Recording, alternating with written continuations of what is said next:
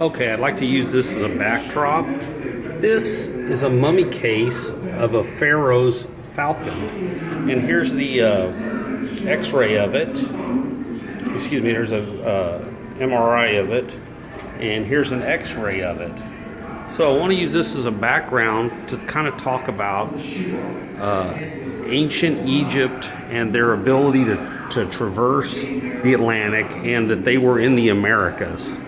Now that's heretical what I just said, but let's take into account some things.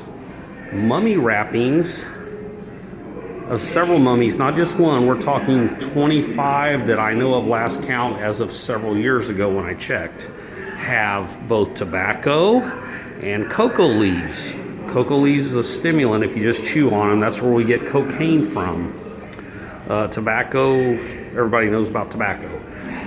So anyway, those are both endemic to the New World, i.e. the Northern Hemisphere and the Southern Hemisphere, North America and South America.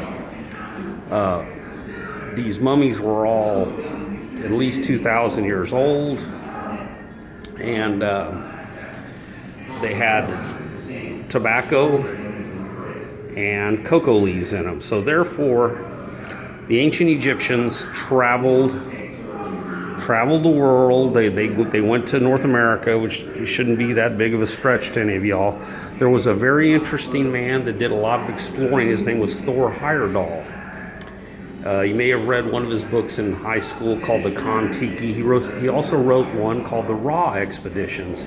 And in that, he made a traditional reed boat like the Egyptians had, and he went across the Atlantic in it.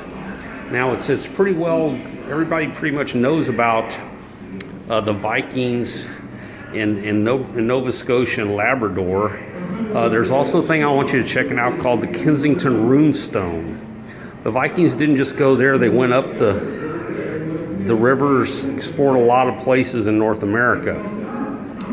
Also, Brendan the Navigator. The Vatican knew all about the New World.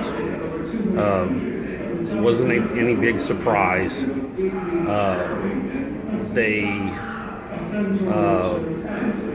Probably the ancient Egyptians, there's a theory that the mines of Ophir were not in Africa, but they were in, of all places, Arizona. So there have been Egyptian artifacts found in the Americas, and the Smithsonian hides them up. Also, there are Roman artifacts that have been found. There's a ship off the coast of Massachusetts that's a Spanish galleon, and you can go down, and there's a storm that kicks up doubloons and stuff, pieces of 8.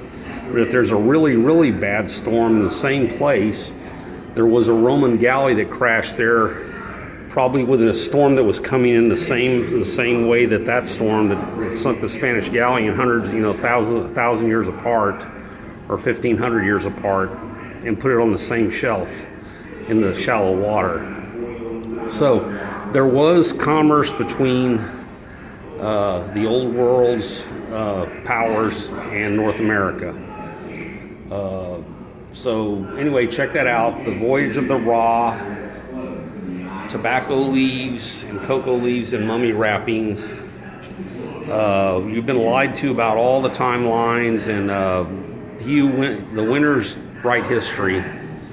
So keep that in mind. Anyway, like, share, and subscribe if you like this. I really would appreciate it. Thank you. I'm out.